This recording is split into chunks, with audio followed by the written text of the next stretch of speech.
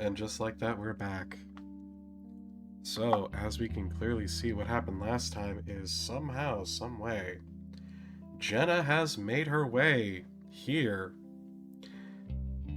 Apparently, she was looking for TJ, which seems to imply that, they got separated, and we don't know what's going on in the rest of town. And we also discovered that, yeah, it's like no like nah Durfy, ghosts, ghostesses. There's just a lot kind of going on, and it's spiraling and is absolutely crazy and chaotic. And as I'm saying this, I hope everybody is having as much fun with my commentary and subtle editing on this as I am having fun recording and making these videos. I don't like to engagement beg, but it is important because I do want to make this into a viable income stream. Probably not shooting for full time. I really am. I'm not.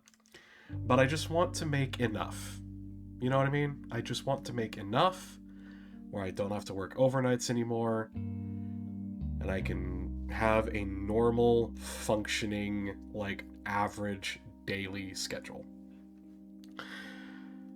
Also, this would mean potentially more money so I can maybe commission somebody to make me a PNG tuber icon that understands better how to separate like bodies and models. Because I'm not gonna lie, I'm happy with my belly jiggle. I even adjusted it to make it jiggle more. But, what if more jiggle? Better jiggle? Bigger jiggle? But that's enough of being thirsty. Let's get back to this. Well, things have been going crazy since you two left the lake. Like us ending up in this fucking nightmare dimension? Not just that. Jenna sets the stool down on the carpet before sticking out her forearm. That's when I see the crusted blood in her fur in the form of 3 long lines. What the? TJ attacked me. What? That sentence doesn't seem to fit together. TJ attacked. Yeah, look, I'm sorry, man, but that's forbidden. TJ is actually a hand trap with an honest-like effect. He cannot be normal summoned or set, and can only be special summoned through a specific ritual spell. By sacrificing a water type monster with otter in its name. And even then, he must be in defense mode. He must be in face-up defense mode at all times if you summon him. So he's got options, but everybody only uses him for his honest-like effect. But let's move on. Why? I have no idea. The faraway, vacant look Jenna had in her eyes earlier is fading, to be replaced with a more concerned expression. I better know her for. He's been losing it ever since Flynn tried to grab him at the lake. I start to feel sick to my stomach. Why? He wouldn't tell me. He was just acting anxious, kept looking over his shoulder. But isn't he sort of like that most of the time? Jenna folds her arms, then shakes her head. No, he kept looking around, kept saying he was seeing things. She stops short. Like what? Jenna looks up. Sydney. We're quiet for a while. It seems all the rumors about this town are true. Everyone is crazy. This isn't normal at all, even in Echo. Jenna looks at Raven. I'm sorry, Who are you? Raven grins. No, I'm sorry, I'm Raven. He sticks out a hand. Jenna looks at it before returning to me. Chase, something was going on with Leo, too. He kept asking around for you. Then he ran off, saying he had to take care of some things. Oh, I don't know why.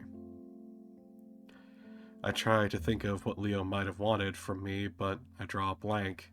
It could be a thing. Motherfucker! Like, okay, I'll give you a pass this one time, since, Chase is dealing with a broken ankle. Like, at this point, I wouldn't be surprised if he didn't, I would be surprised if he hadn't snapped his Achilles with how bad it's being described. But I'm just sitting here and I'm like, I'll give him a pass because he's freaked out and in pain. But like, dude, he wanted to talk to you. He wants to spend time with you. He wants to probably get back together, definitely get back together, but you fucked him up when you left him, man, and he hadn't been the same.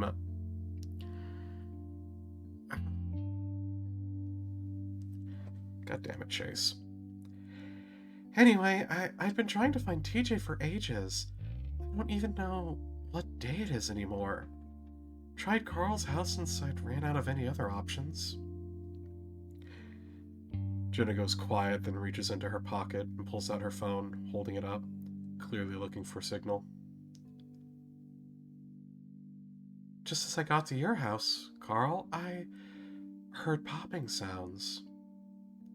Jenna sighs and puts her phone away again. Gunshots, I'm pretty sure. Coming from Main Street. Something's happening to everyone.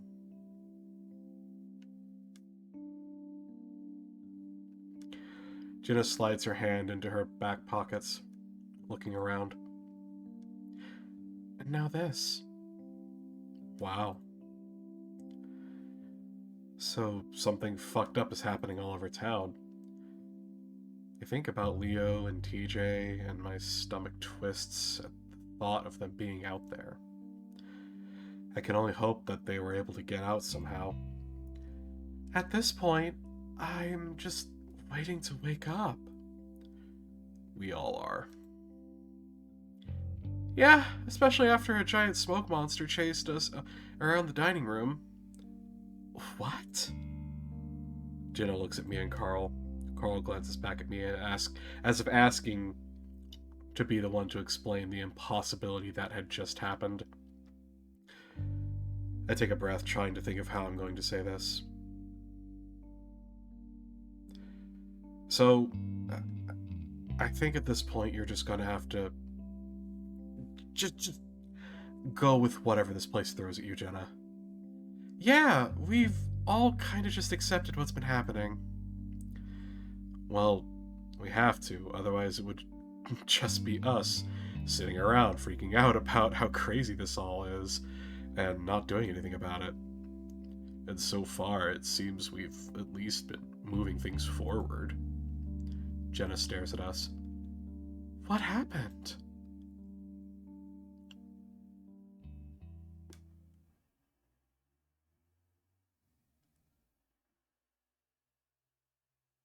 We all stand in front of the wooden door in a half circle, none of us wanting to open it.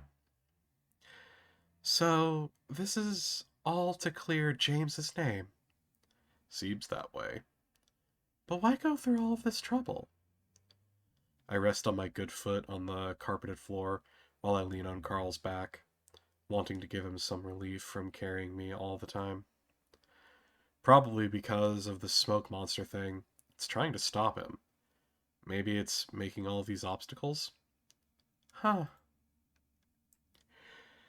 Jenna had taken our whole description of what had happened in the dining room pretty well.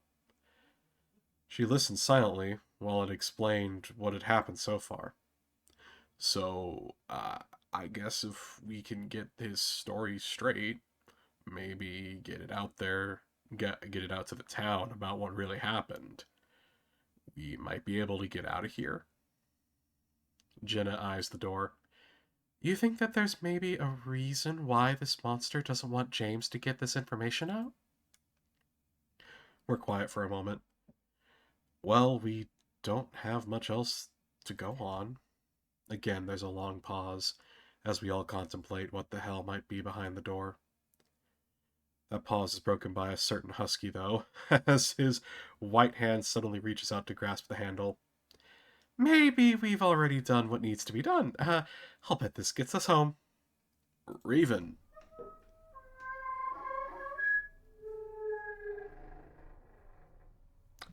I have a door like that in my grandparents' house. The heavy door pulls open slowly with an unearthly squeal. For the brief moment that I'm conscious, I see a black square in front of me that grows in size until it takes up my entire vision. The muscles in my back and neck seize up, and my teeth clench together as my head jerks back.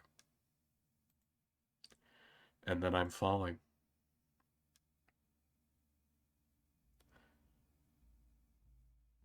There's a rhythmic throbbing in my head, but it's hard to decide if it's coming from inside my head or outside. The next sense to come back to me is touch. I feel a cold, hard surface under my back. Probably wood, judging by the way my claws sink into it. I shift around a little, but I don't feel like I'm getting up just yet. The smell is musty and old. I'm reminded of my grandparents' woodshed, a place I'd often go when I played hide and seek. The drumming sound continues, and the rhythm makes me think that it's definitely coming from outside of my body. It sounds tribal, in a way. Where am I? On the edges of my memory are troubling images of endless halls and rooms, the smell of decay, and a noose. But I feel like if I block it out and just go back to sleep, I can erase all of it. I almost succeed, but then something brings me out of my reverie. Carl! Chase! I grimace, the voice reminding me of something dark, cloudy. Help! The much louder yelp that follows has me rolling to my side, cracking my eyes open blearily.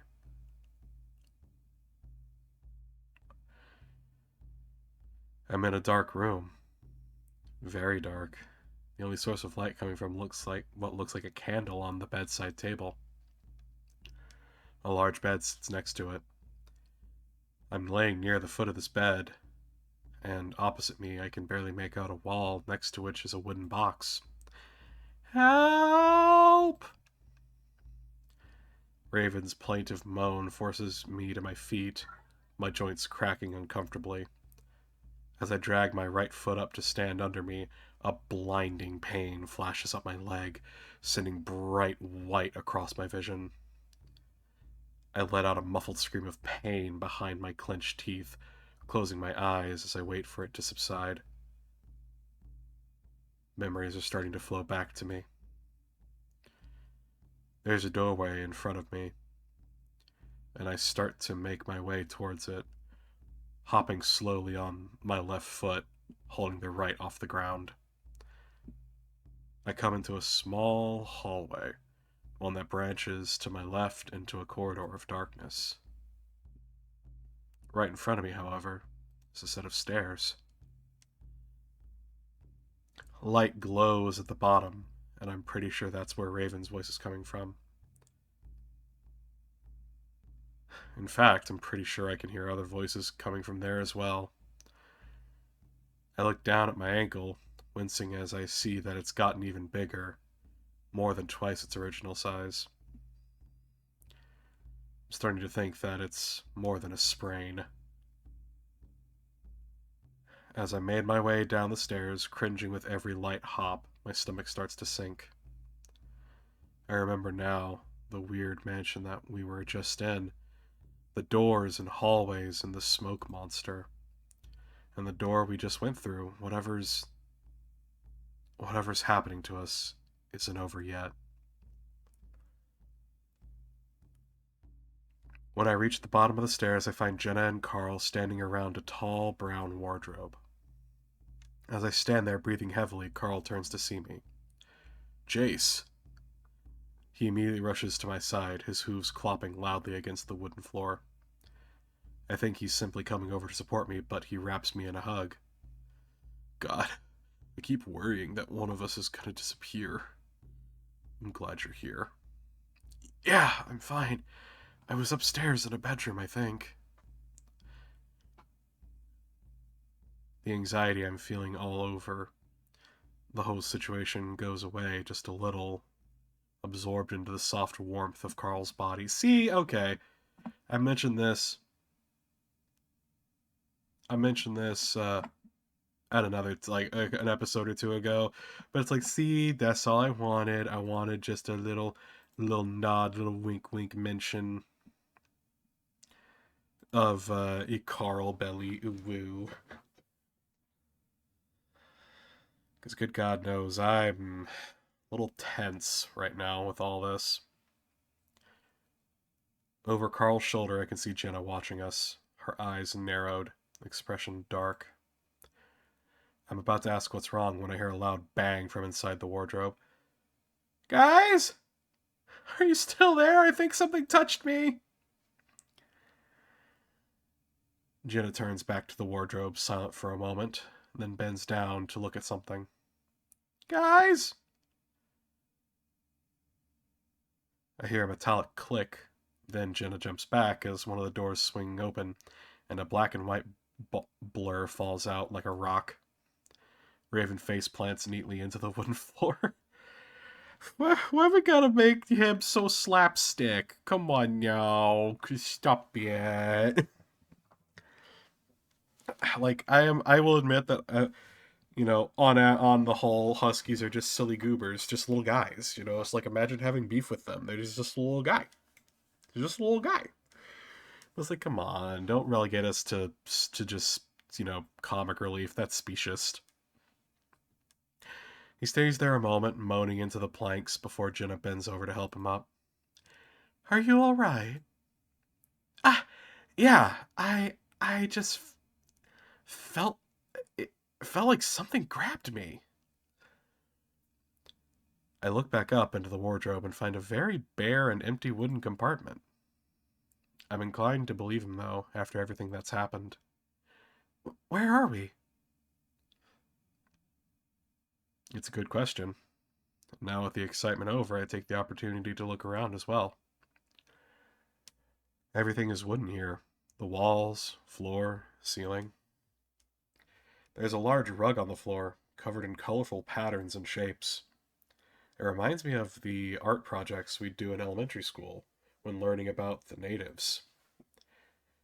There's a big stone fireplace with two rug covered chairs in front of it. Jenna gingerly shuts the wardrobe. So, a log cabin. Does everyone remember where we were before? Yeah, that mansion place. So, we're still stuck in this dimension thing. I sigh, rubbing my face with one hand while I lean against Carl with the other.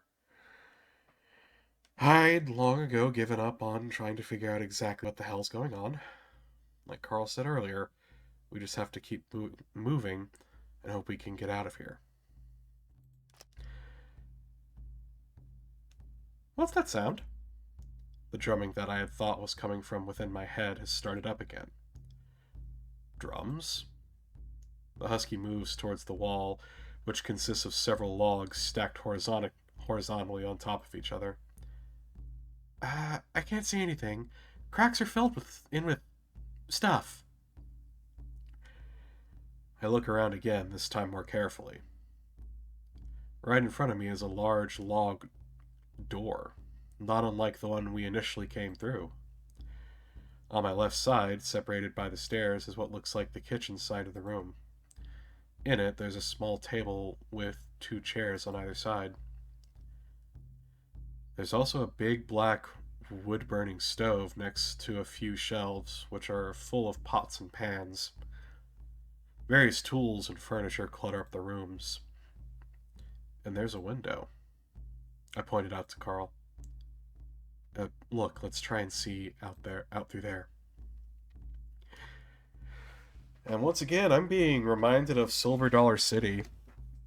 Because a lot of the exhibits that I say exhibits, a lot of the attractions that I got to go to were like vintage style stuff. So, like, they had an old style schoolhouse that kids could go to and like draw with little chalk on little chalkboards at their desks. They actually also had a little bit of a gag where in the fake vegetable garden nearby, one of the eggplants had cracked open and there was like a sunny side up egg that had come out of it. Oh man, and but what I'm getting at is they had a lot of these rustic, old, like pioneer settler days, like the cowboy days of stuff to go through and look at, and this is a lot. This is roundabout what it sounds like, you know? Carl pulls me into the familiar position on his back before clopping over to the window. The sound's a bit louder with my added weight. Jenna and Raven follow behind. There's a ledge next to the window, thankfully, and Carl lets me sit on it. I turn to look out the window while the others crowd around me, resting their hands on the wooden bench. The first thing I notice is a flickering light in the distance, about 100 yards away. It casts out across the ground around it. Shadows from rocks and bushes dance about with the movement of the illumination. It's definitely a fire, a large one, probably a bonfire. The blackness around the fire is unnatural, though, just like what I saw through the windows in the mansion. It's inky and thick and has the oppressive air of almost being alive. No other light comes from what I presume to be the sky, that fire being the only signal that anything exists outside the cabin. A fire, Raven says redundantly. The drumming, it's coming from it. Carl reaches out, but. Ooh, uh oh. Carl reaches out, but his hands look to immediately press against something. I reach out too and feel a solid flat surface where a pane of glass might be set up, but it's clear there's nothing visible there. Observe, accept, move on. Hey, look! I look up in time to see something dark flash across the fire. It disappears into the darkness to the right of the flame, though. What was that? Maybe it was a tumbleweed or something. No, it was jumping, whatever it was. I feel a prickling along my neck, and now I'm not really into the idea of just staring out into the darkness. But then it happens again, and I see what Jen is saying. The dark shape starts at the left side of the fire before passing in front of it.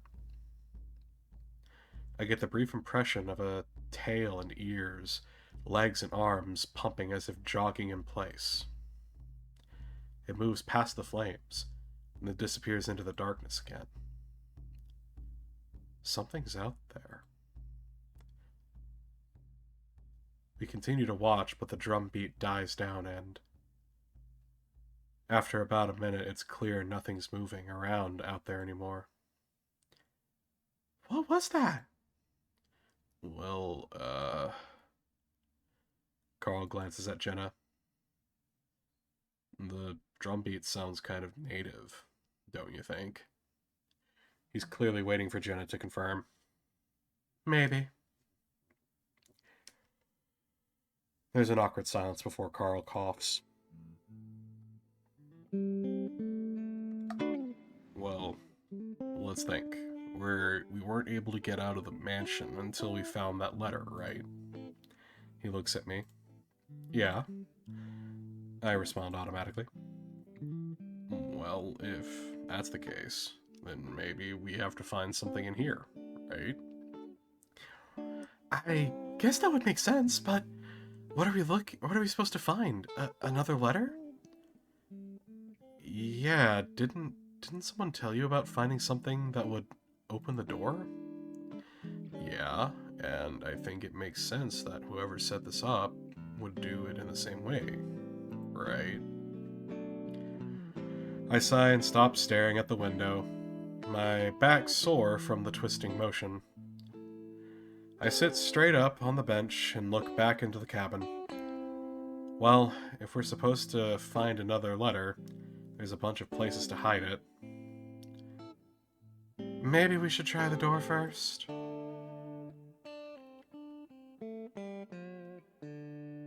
Jenna walks over to the door and looks it up and down before reaching out to slide back a rusty bolt. To my surprise, it only moves with a little resistance.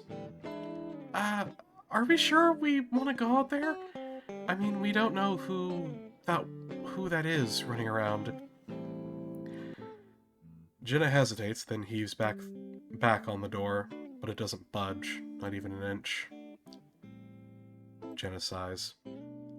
Raven bounds up next to Jenna before enthusiastically yanking back on the handle as well. Again, the door holds fast. Of course.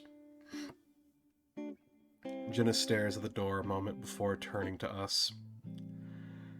Let's take a look around upstairs. If we're supposed to find something, then we should start from the top to bottom. Agreed.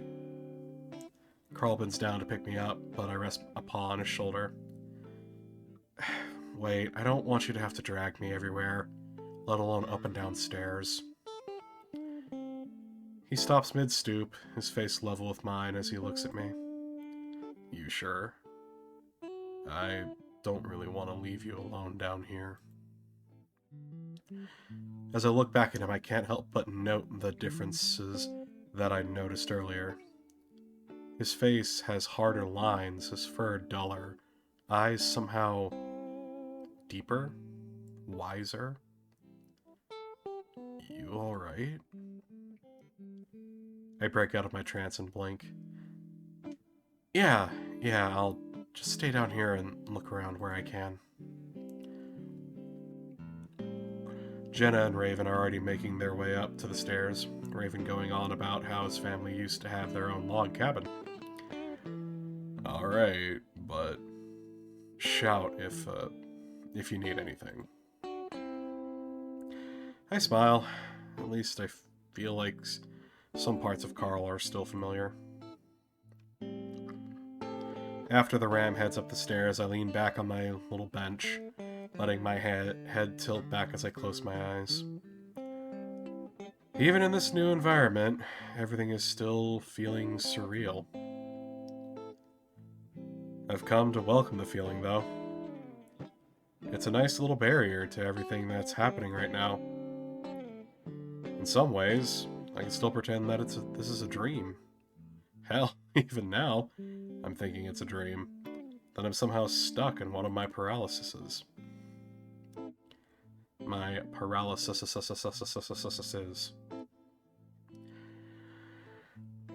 Maybe I'm in a hospital right now and they're trying to figure out how to pull me out of it. That thought has me feeling like I'm being watched, and the fur prickles around my neck. I guess it would be kind of awkward if all those doctors are watching me right now.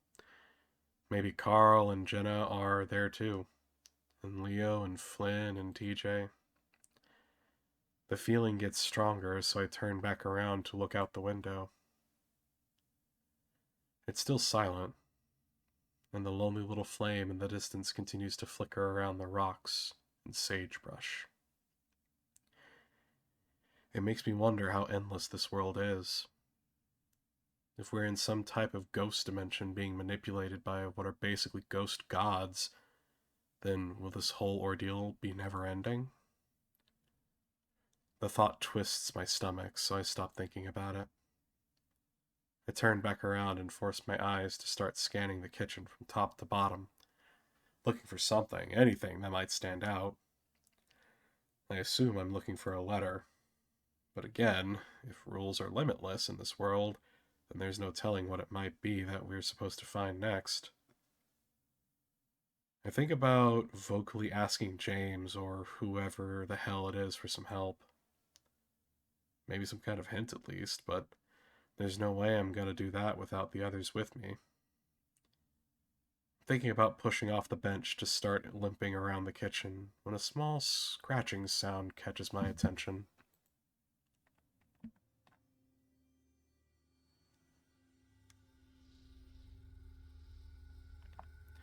I hold still, then lean back, tilting my ear towards the sound.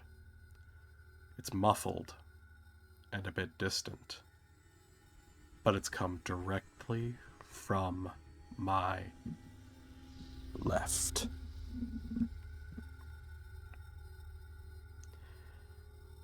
Is it happening on the outside of the cabin?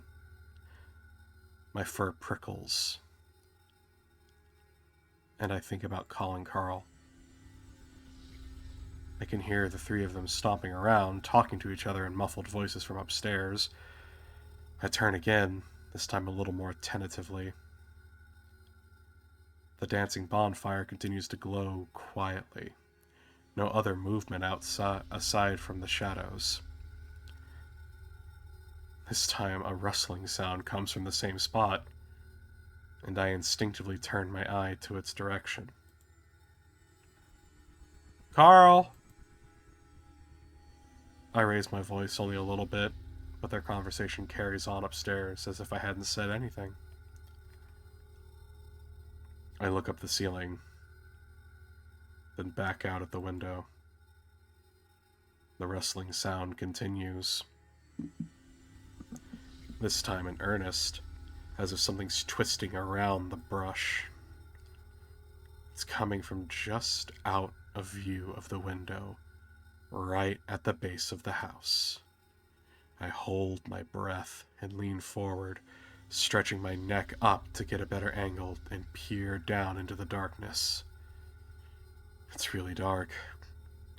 Too dark to see much, or at least that's what I was thinking.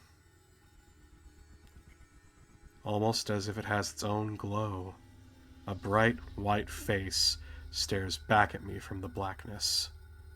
My mind blanks, and my body seizes up. And just like that, I'm in a paralysis, forced to stare down at the white face, the black eyes. It's as if the thing is holding me with its gaze, but as it does, its features become more definable. I see tall ears, a long, pointy muzzle, a band of some type across the thing's forehead. Stop it. Something says it very deliberately through their teeth, right in my ear. At the same time, the face flickers and fuzzes, like a TV picture with bad reception.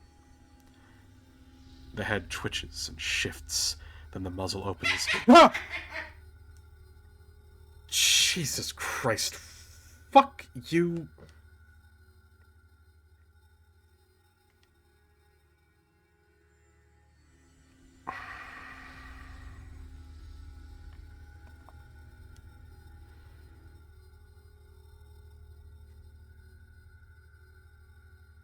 I really don't appreciate that.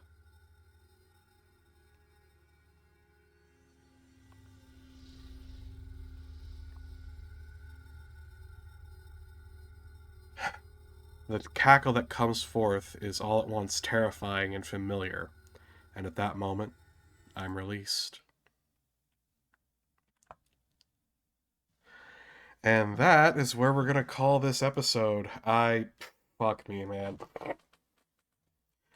I have no clue how far off I am from the end, because this keeps twisting and turning and winding and changing, and I have no clue where this is going now. But as always, I want to go ahead and give a little shout out to Min/Demon Skunk, whatever you know them as. They're actually a big sweetheart, and they're very soft, and you should give them just the gentlest of boops. Just the gentlest of boops. Thank you so much for watching. I'll see you in the next one. Have a good night, guys.